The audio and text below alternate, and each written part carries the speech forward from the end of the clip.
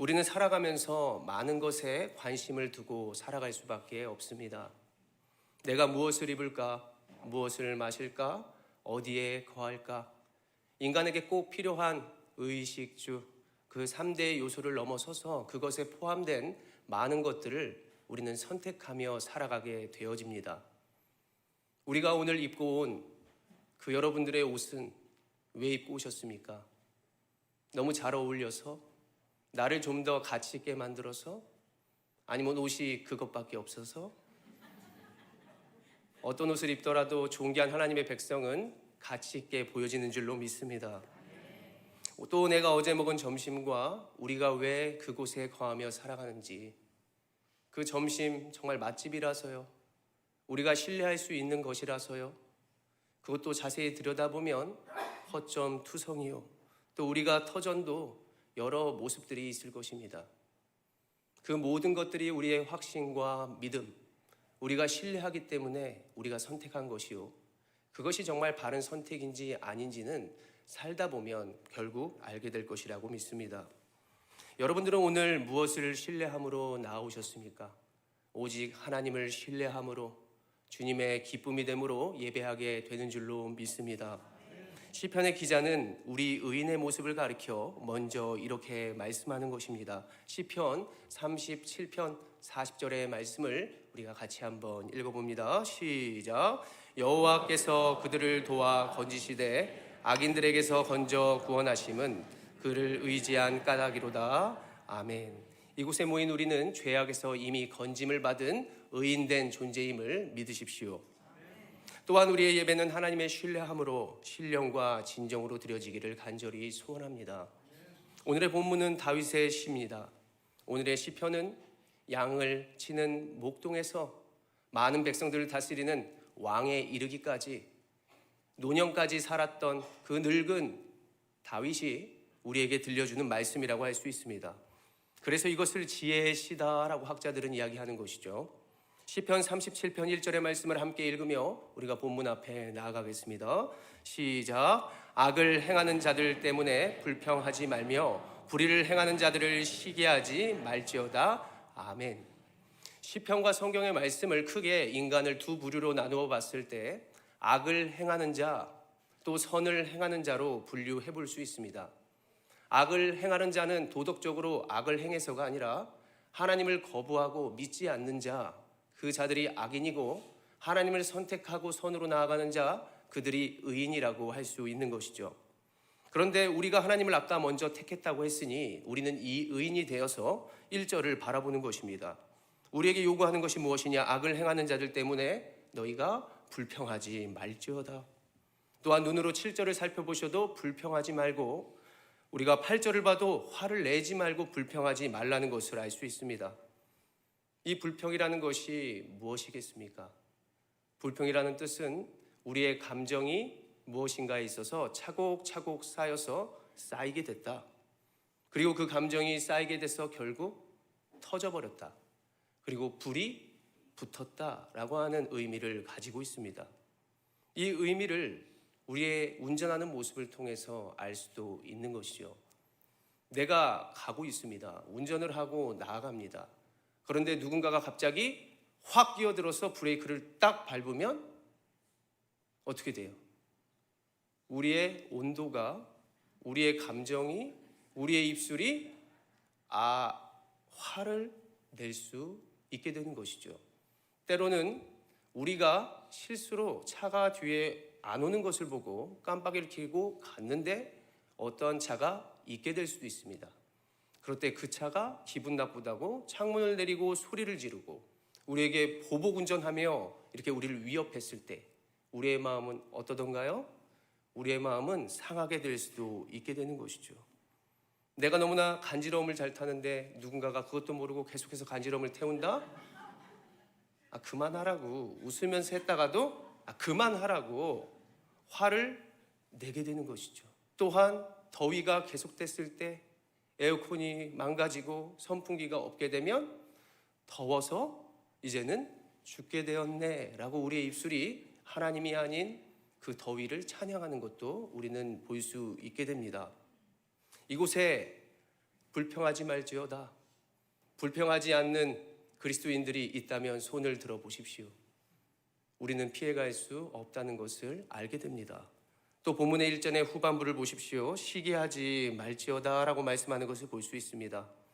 이것은 나와 상대의 다름을 보고 생각하는 마음의 감정을 말하고 있습니다.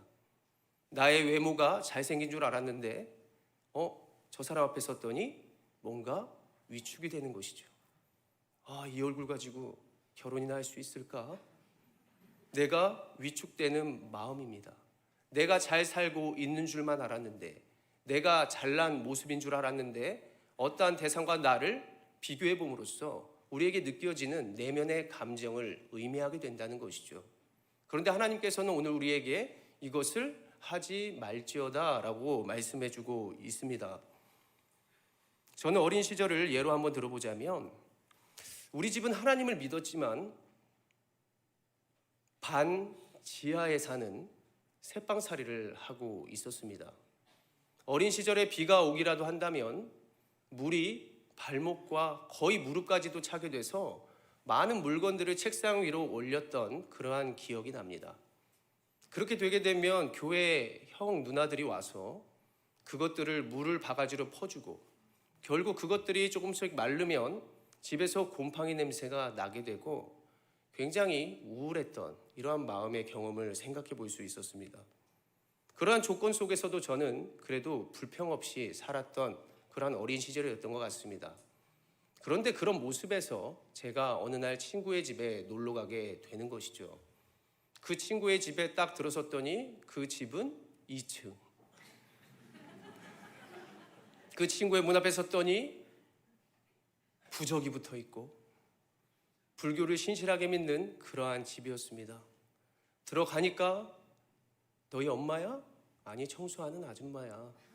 청소하는 아줌마가 있고 집에서는 좋은 냄새가 나며 내 가정과 내 부모와 그들의 부모를, 그 친구의 부모와 집을 비교하더라는 것입니다.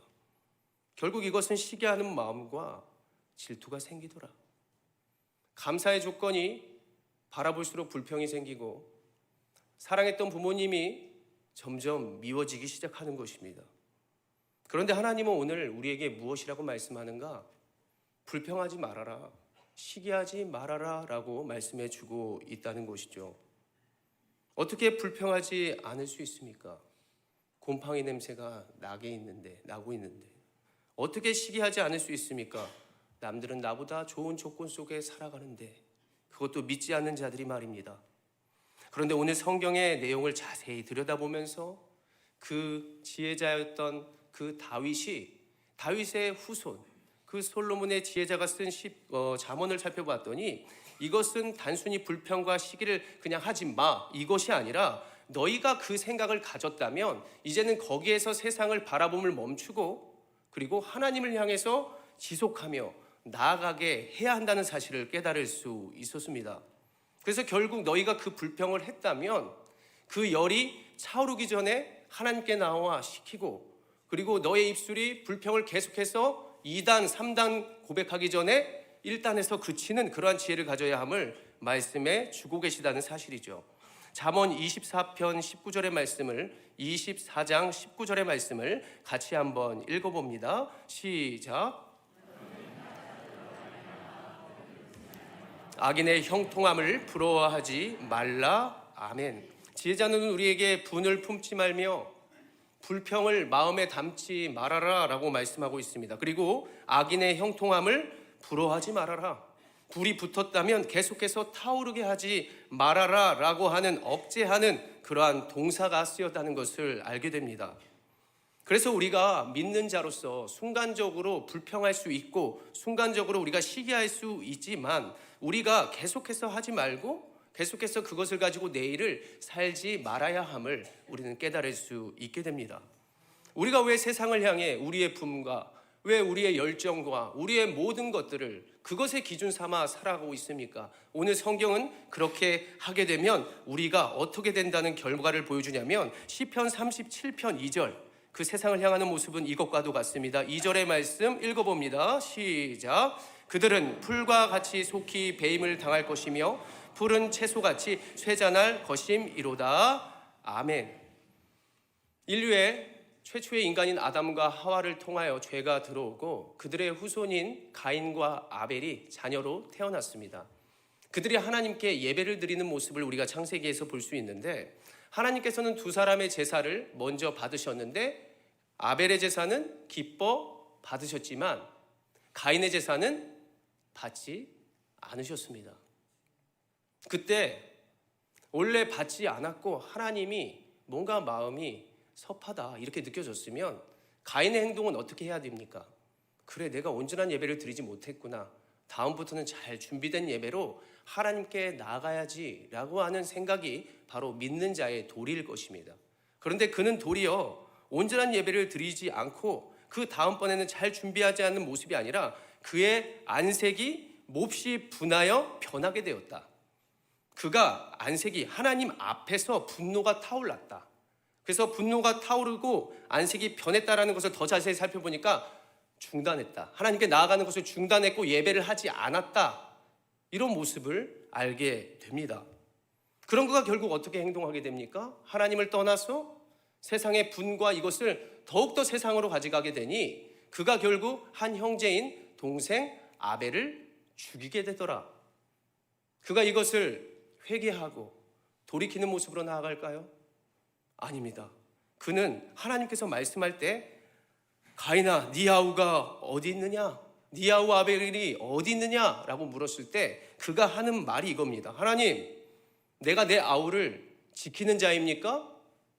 내가 하나님께 순종해야 하는 자입니까? 내가 하나님께 예배하는 사람입니까? 라고 하는 반박하는 이러한 가인의 모습을 살펴볼 수 있습니다. 그는 돌이킬 수 있는 기회 가운데에서도 돌이키지 않았습니다. 그는 분을 내었지만 계속해서 세상을 향해 나아갔습니다. 그는 하나님과 멀어지게 되었고 결국 최후의 죽음과 저주로 나아가는 결과를 맞이하게 됩니다. 사랑하는 성도 여러분, 우리가 세상을 살아가면서 각자의 환경 가운데에 많은 시기와 질투와 또 우리의 분함이 생겨날 수도 있습니다.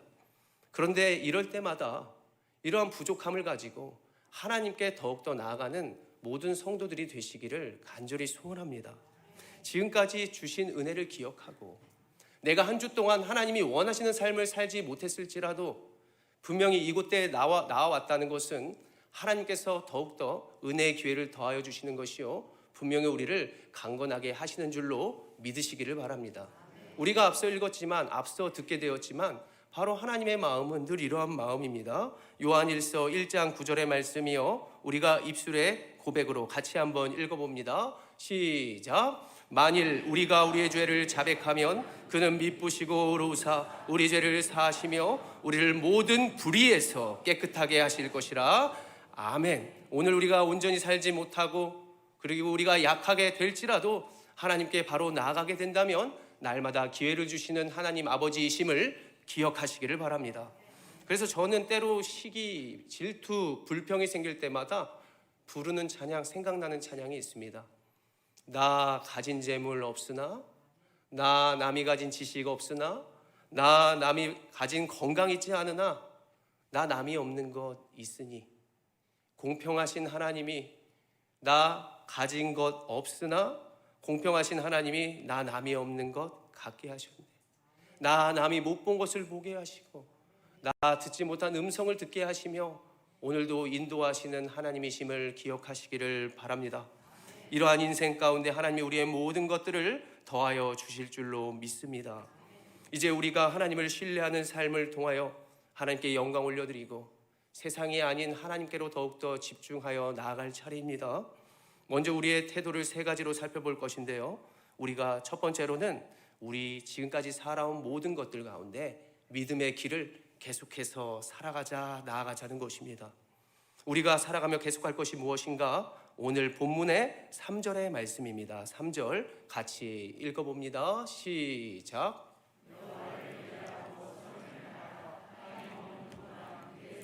먹을거리로 삼을지어다. 아멘. 우리가 주시는 환경 가운데 때로는 이해가 되지 않는다고 할지라도 계속해서 믿음의 확신을 가지고 걸어가야 한다는 말씀입니다. 우리가 확신, 우리 구원의 확신, 우리의 믿음의 굳건함, 이것이 어디에서 나옵니까? 우리가 매일 부족하지만 하나님 앞에 나오는 모습, 그리고 습관적으로 드리는 예배, 그 예배가 이제는 삶의 예배가 되고 그것이 삶의 노래가 되며 우리에게 체질화가 되면서 어떤 환경에도 예배하고 주님을 확신할 수 있는 것입니다. 4절에 말씀하는 것이죠. 여호와를 기뻐하라. 그가 네 마음의 소원을 이루어 주시리로다. 우리가 예배를 드릴 때도 나의 기쁨의 예배가 아니라 오직 하나님만을 기뻐하는 예배를 드리라. 그러한 모습 가운데 하나님이 우리의 확신과 기쁨이 되는 것이요, 우리는 예배를 계속해서 사모하며 주님께로 나아갈 수 있게 됩니다. 다윗은 어렸을 때부터 이것을 잘 알고 하나님만을 신뢰하며 나아갔습니다. 블레셋이 쳐들어왔을 때 다윗은 어린 시절이었지만 그의 순수함과 그리고 하나님의 함께 하심을 매번 기억하며 나아갔던 목동의 모습으로 나아갔습니다. 블레셋이 쳐들어와 하나님을 모욕하고 이스라엘 모든 백성들이 두려워 떨고 있을 때 다윗은 하나님이 자신과 함께 한다라고 하는 고백으로 그 두려움 앞에 섰습니다. 우리가 사무엘상 17장의 말씀을 보면 그가 만군의 여호와의 이름으로 나아가로라 라고 하면서 골리앗에게 나아가는 그러한 모습들을 많이 기억해 보는데, 그러한 행동 이전에 그가 어떠한 신앙 고백으로 살았는지, 그가 어떠한 신앙 고백으로 이렇게 나아갈 수 있었는지를 사무엘상 17장 그 서두에 있는 부분을 제가 한번 읽어드립니다. 그의 신앙의 고백입니다. 하나님은 지금까지 나를 살게 하셨고 지난날 나의 잘못을 용서해 주셨고 지난날 사자와 곰의 발톱에서도 나를 건져내셨은즉 이번에도 나를 블레셋 사람의 손에서 건져내시리라. 살게 하시리라. 우리의 말로 더욱더 해석해져 보면 지난날 하나님이 나를 구원하여 주셨어. 수많은 위험과 아픔과 어려움 속에서도 나를 구원해 주셨어. 그러니 내가 지금까지 살아온 것도 은혜요, 앞으로도 하나님은 나를 살게 하실 것이니 이번에도 나를 분명히 결국 이기게 하시리로다. 믿으시기를 바랍니다. 비록 부족하고 미약하다 할지라도 하나님이 하나님의 백성을 분명히 세상 가운데 승리로 더하게 하실 줄 믿으시기를 바랍니다. 우리도 예배 때마다 그래서 이러한 신앙 고백으로 반복하며 예배를 하고 있습니다. 성령을 믿사오며 성령을 의지하오며 거룩한 공교회와 우리 성도들이 서로 교통하는 것과 하나님이 이미 죄를 사하여 주신 것과 우리가 앞으로 영원히 살 것을 주님 내가 믿습니다. 아멘.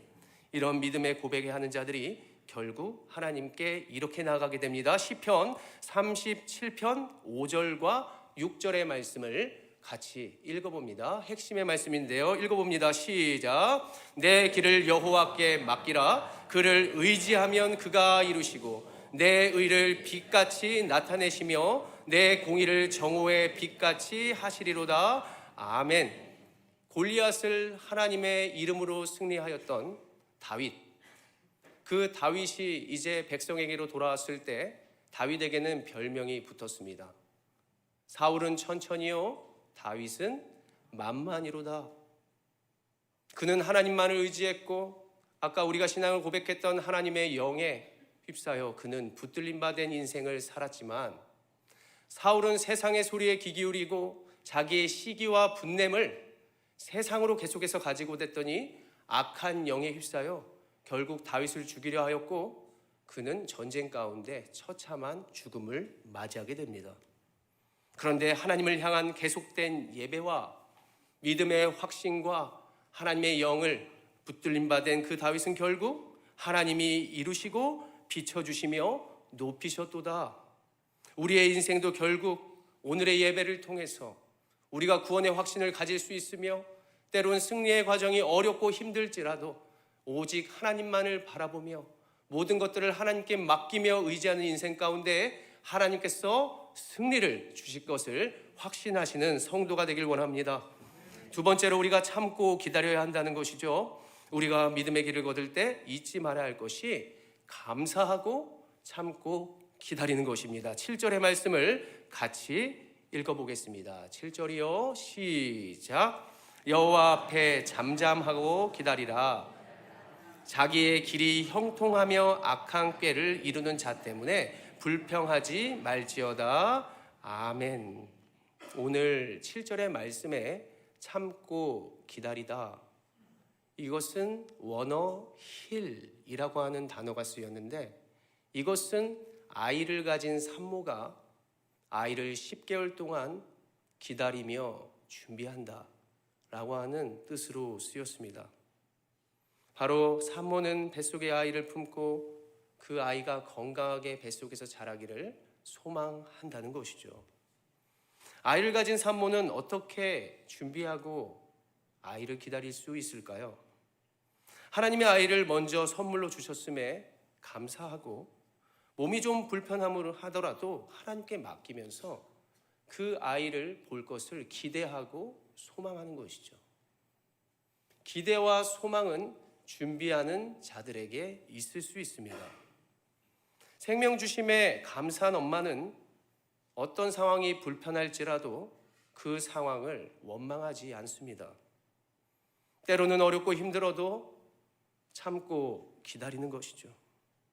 그리고 10개월 동안, 10개월 동안 그 아이에게 작은 영향이라도 미칠까 봐 먹는 것 신경 쓰고, 입는 것 신경 쓰고, 생각하는 것 신경 쓰고, 듣는 것 신경 쓰고, 입의 불평까지도 절제하는 모습을 보여줘야 참 엄마라고 할 수 있는 것입니다.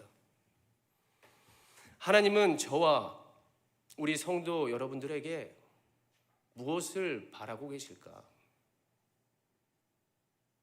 우리를 자녀 삼으시고 우리를 준비시키는 하나님이신 줄로 믿으시기를 바랍니다. 그것을 참지 못해서 하나님의 품에서 벗어나 나가게 된다면 우리는 세상을 이기기는커녕 세상 앞에 결국 노예가 되고 굴복하게 될 수도 있습니다. 그래서 우리는 그 하나님의 때를 발맞춰 기다리고 기대하고 준비하는 시간을 가져야 하는 것입니다. 그래서 하나님은 우리에게 말씀하고 싶으신 것이 이걸 거라고 생각합니다. 내가 너를 위하여 준비하고 있으니 조금만 참고 기다려주렴. 내가 지난날 십자가에서 너를 참고 기다렸던 것처럼 말이야. 우리의 죄를 위하여 십자가를 지시고 하나님의 때와 죽음이 끝날 때까지, 모든 인류의 죄가 사하여질 때까지 예수 그리스도는 십자가 고통에서 피와 눈물과 그리고 모든 물을 쏟으셨습니다. 그 기다리셨던 모습, 모든 고통을 나아가셨던 주님. 그래서 기독교 사상에 있어서 성육신을 말할 때 성육신은 하나님이 우리와 고통을 함께 하신다. 하나님이 우리와 같이 되셨다. 지금도 우리와 함께 계신다 라고 한다는 사실을 믿으시기를 바랍니다. 우리가 하나님을 믿을 때, 하나님을 바라볼 때 그분은 그냥 하나님이야가 아니라 하나님은 나와 같은 고통을 당하셨어. 나보다 더 큰 고통을 당하셨어. 나보다 앞서 나아가셨어. 그러다 지금 나와 함께 하시는 하나님으로 꼭 믿으시면서 모든 인생을 끝까지 나와 동행하시는 하나님으로 꼭 믿으시기를 바랍니다. 이스라엘 백성들은 하나님의 구원을 입어 출애굽을 하게 되었는데, 출애굽하자마자 앞에 펼쳐진 것이 홍해라고 하는 거대한 바다였습니다. 그리고 그들은 그 바다를 건널 수가 없어서 비하히롯이라고 하는 곳에 진을 치게 되는데, 비하히롯이라고 하는 뜻은 애굽의 여신이라고 하는 뜻을 가지고 있습니다. 그러니까 다시 말해 그곳은 이미 출애굽을 한 백성임에도 불구하고 세상의 영역, 세상의 유혹, 애굽의 문화가 그들에게 있었다는 것이죠. 홍해 앞에 있었을 때 어떠한 백성들은 시기하고 불평하며 몸이 어느덧 애굽으로 향하고 있었던 백성들도 있었을 것입니다. 그런데 뒤에서 애굽의 군대가 그 출애굽한 이스라엘 백성까지 쫓아오게 되는 것입니다. 그때 얼마나 요동했을까? 얼마나 열이, 얼마나 감정이, 얼마나 불평이 쏟아졌을까? 그때 하나님께서는 모세를 통하여 말씀하시기를 출애굽기 14장 13절의 말씀으로 말씀하십니다. 14장 13절이요. 읽겠습니다. 시작. 여호와께서 오늘 너희에게 행하시는 구원을 보라. 너희가 오늘 본 애굽 사람을 영원히 다시 보지 아니하리라. 아멘. 먼저 안 된다고 생각하지 말고 너희가 멈춰서서 너희를 이미 구원한 하나님을 바라보아라. 어렵고 힘들어도 조금만 더 참고 내가 행하실 것을 기대하라, 소망하라는 것이죠. 그래서 우리가 어려움을 만날 때마다 잊지 말아야 할 것이 나는 하나님의 자녀다. 하나님이 이미 나를 구원하셨고 나는 천국을 향하여 나아가는 천국 시민이다 라고 한다는 사실을 믿으시기를 바랍니다. 저는 집에 제가 만약에 모아둔 돈이 있다고 한다면 밖에 나가서 돈이 다 떨어진다 하여도 제 마음은 힘들지 않을 것 같습니다. 세상 앞에서 당당하고요. 그리고 내가 모아둔 그 돈이 있어. 하나님이 주신 은혜가 그것보다 더 무한하다는 사실을 기억하시기를 바랍니다. 때로는 지금 내가 나약하고 부족하고 가난해 보여도 천국 시민, 하나님은 하나님의 백성을 굶기지 아니하시고 그리고 고나게 만들지 않는다는 사실을 기억하시기를 바랍니다. 그래서 힘들고 참고 기다리며 하나님께 감사함으로 우리는 간구할 수 있는 것이죠. 빌립보서 4장 7절의 말씀을 읽으며 하나님의 일하심을 기대합시다. 4장 7절입니다. 시작. 그리하면 모든 지각에 뛰어난 하나님의 평강이 그리스도 예수 안에서 너희 마음과 생각을 지키시리라. 아멘. 영광의 하나님이 가장 멋진 때에 우리의 삶에 축복을 더하여 주실 것을 기대하시길 바랍니다. 마지막으로 하나님께 소망을 두자는 것이죠. 시편 37편 9절의 말씀 힘있게 읽어봅니다. 시작. 진실로 악을 행하는 자들은 끊어질 것이나 여호와를 소망하는 자들은 땅을 차지하리로다. 아멘. 여호와께 소망하는 자, 이 뜻을 자세히 살펴보았더니 하나님께 억압된 자, 세상의 노예나 세상의 취미를 갖고 있는 것이 아니라 하나님께 취미를 둔 자, 그리고 하나님께 모이는 자, 바로 우리들을 얘기하는 줄로 믿습니다. 그러한 자가 땅을 차지하게 된다는 사실이죠. 그리고 오늘 읽지 않았지만 11절을 우리가 눈으로 보니 악인은 쇠하여지지만 그러나 온유한 자들은 땅을 차지하며, 소망하는 자가 온유한 자와 동일한 말이구나. 그리고 마태복음 5장 5절을 보았더니 같이 읽어볼까요? 시작. 온유한 자는 복이 있나니 그들이 땅을 기업으로 받을 것이며. 온유한 자, 하나님을 소망하는 자구나. 그들이 땅을 기업으로 받는 거구나. 결국 온유한 가진 자가 복이 있다는 것인데, 온유라고 하는 그 모습은 겸손하고 하나님께 순종하는 모습을 가리키는 말입니다. 그래서 우리가 주께 붙들림 받으면 주님을 바라보고 주님께 속하여 살고 그것을 습관적으로 하고 주의 교회에 함께 모여 함께 찬송하는 이러한 모습이 결국 땅을 차지하리로다 라고 한다는 사실을 기억하시기를 바랍니다. 그래서 겸손한 자는 이 땅을 살아가는 가운데에 하나님이 이루실 그것을 바라볼 수 있게 되는 것이죠.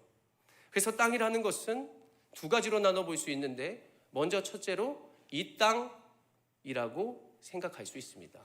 우리가 살아가는 이 땅입니다.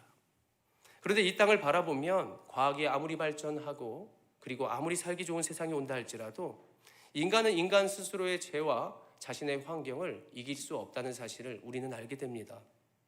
때로는 슬픔을 잊기 위해서, 또 우울함을 극복하기 위해서 약도 쓰고 술도 마실 수 있고 친구들을 만나고 취미를 가질 수 있지만, 사실 우리의 우울함을 순간적으로는 달랠 수 있을지 몰라도 그것이 더욱더 강한 취미와 또 강한 약물 복용으로 나아가야 된다는 사실을 우리는 잘 알고 있습니다. 이 잠시 잠깐의 짜릿함과 만족이 세상인 것을 알면서도 사람들은 왜 그것을 선택하며 살아갈까? 그냥 오늘 하루만 즐기면 되지 그리고 한방 인생이지 성실과 정직과 습관적인 그런 삶의 모습이 아니라 순간적이고 잠깐만 해서 성공할 수 있는 일확천금을 노리는 그러한 문화들이 판을 치고 있기 때문에 힘들면 세상의 슬픈 노래를 듣고 술을 마시고 감성에 젖어서 이 세상에 취해 살아가는 그러한 모습들이 우리 모두에게는 있을 수도 있습니다. 왜냐하면 우리는 이미 구원받았지만 이 땅의 비하 히롯과도 같은 이러한 세상에 살고 있기 때문에 우리의 시선을 날마다 어디에 둬야 되는지, 이 땅을 살아가는 가운데 우리는 무엇을 바라봐야 하는지를 오늘 곰곰이 고민하며 점검해 봐야 할 것입니다. 나의 영적인 게으름, 우리의 육신의 나약함, 내가 어쩔 수 없었어. 영업해야 되니까 양주 좀 마셨어. 그래, 그럴 수도 있지. 그러다가도 또 한잔하고, 우리는 우리 스스로에게 무엇 때문에, 내가 무엇 때문에 세상의 것을 취하며 사랑하고 있는지를 잘 점검해 봐야 할 것입니다.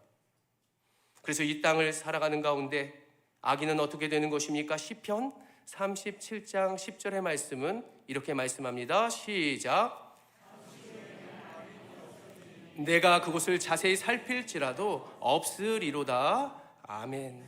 그래서 우리는 이 땅 가운데 악인을 바라보고 세상의 문화에 취해 사는 것이 아니라 그것보다 주님을 그리고 그 세상의 습관보다도 주님을 더욱 사랑해야 되는 줄로 믿습니다. 온유함에서 온다는 것이죠. 순종함에서 온다는 것입니다. 하나님의 영광의 능력이 할 수 없다는 자리에서 바로 하나님께서 우리를 할 수 있음으로 채워주실 것을 믿습니다. 지금까지 무엇을 의지하며 순종하며 살아오셨습니까? 바로 내일을 아는, 나보다 나를 가장 더 잘 아시는 하나님을 신뢰하며 순종하며 살아가기를 원합니다. 두 번째로 이 땅은 우리가 갈 천국을 의미하는 것이죠. 그래서 예수를 믿어야 천국 가고 지금의 환경에서도 천국을 소망해야만, 목적을 분명히 해야만 우리는 완주할 수 있게 됩니다. 그래서 어떤 상황이 올지라도 하나님을 바라봐야 한다는 것이죠. 나의 영원한 소망이 내가 이미 구원받았으니 그냥 가만히 있는 것이 아니라 잠잠히 있지 아니하고, 그리고 가정에서 세상 앞에서 뭔가 나의 우울함과 나의 부족함을 세상의 것이 아닌 그 영원한 것으로 세상 앞에 당당히 서면서 나의 구원이 남의 구원이 될 수 있도록, 부모의 구원이 자녀의 구원이 될 수 있도록, 형제의 구원이 될 수 있도록, 모두의 구원이 될 수 있도록 살아가야 하는 자들이 우리가 되시기를 간절히 원합니다. 하나님을 신뢰하는 성도 여러분, 우리가 하나님을 믿고 신뢰하는 그 자리에서 우리의 사명이 무엇이 되어야 하겠습니까? 이 시대의 변증학자인 알리스터 맥그레스는 우리가 이 세상을 살아가면서 하나님이 나에게 주신 은사를 잘 어떻게 활용할까라고 하는 고민을 계속해야 한다고 말했습니다. 그래서 기자였던 미국의 리스트로벨이라는 지난 그 기자였던 사람은 그가 지난날 예수를 거부하고 예수를 부인하였지만 그가 하나님께로 나아와 마음을 회심하여 그의 취재 실력과 글 쓰는 솜씨로 예수는 역사다, 예수는 살아계시다라고 하는 증거하는 삶을 살아갔습니다. 또한 영국의 C.S. 루이스나 돌킨이라고 하는 작가들은 옥스포드에서 인클리즈라고 하는 철학의 모임을 만들어가지고 자신들의 하나님을 어떻게 변증할 것인지, 문화 가운데에 내가 어떻게 하나님을 소개할 것인지를 잘 고민하여서 부담스럽지 않는 하나님의 살아계심을 증거하게 되었다는 사실입니다. 이러한 모습 앞에서 말씀을 전하는 저 스스로도 하나님이 나에게 무엇을 주셨을까? 나의 은사는 무엇일까?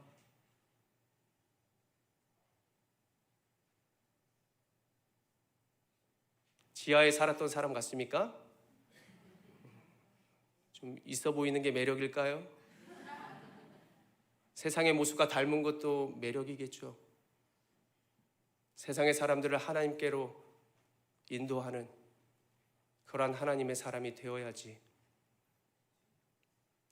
많은 교역자들과 세상의 목회자들, 그런 사람들을 바라봤을 때 그 어떤 스펙과 그들의 백그라운드를 바라보면서 많이 위축됐던 적도 있습니다. 겉으로는 당당해 보일지라도 그래, 결국 승리할 것은 내가 아니라 예수의 이름이구나. 더욱더 기도하고 겸손하고 순종하고 더 믿음의 길을 걸으며 실천하는 목회자가 되어야겠구나. 우리의 성도 여러분들은 무엇을 하나님의 은사와 선물로 받으셨습니까? 사랑과 언제나 기뻐하는 희락, 화평, 자비, 양선과 하나님께 하는 충성, 온유와 절제, 하나님께 날마다 구하여 하나님께 받는 성도들이 되시기를 원합니다. 성도 여러분, 우리가 더욱더 하나님을 신뢰하며 여호와를 의뢰하며 기쁨으로 살아갑시다. 사는 동안 불평할 수 있습니다. 그러나 그것에 그치는 것이 아니라 그것을 가지고 하나님께 나아갑시다. 또한 하나님을 더욱더 기뻐하며 그리고 계속해서 예배를 하며 우리의 모든 소원을 하나님께 맡기기를 원합니다. 우리의 길은 세상이 아닌 여호와께서 승리하셨기에 우리의 길은 결국 승리한다는 사실을 기억하시길 바랍니다. 하나님이 가장 밝은 빛을 우리에게 더하여 주셨사오니 우리가 예수를 마음에 품고 이 세상에 안 된다는 그 어둠을 향해 담대히 나아갑시다. 분명히 비춰주실 것이고 그곳에서 헌신하며 수고하는 그 믿음의 사람들에게 하나님은 놀라운 은혜와 역사를 우리의 삶에 공급하여 주실 것입니다.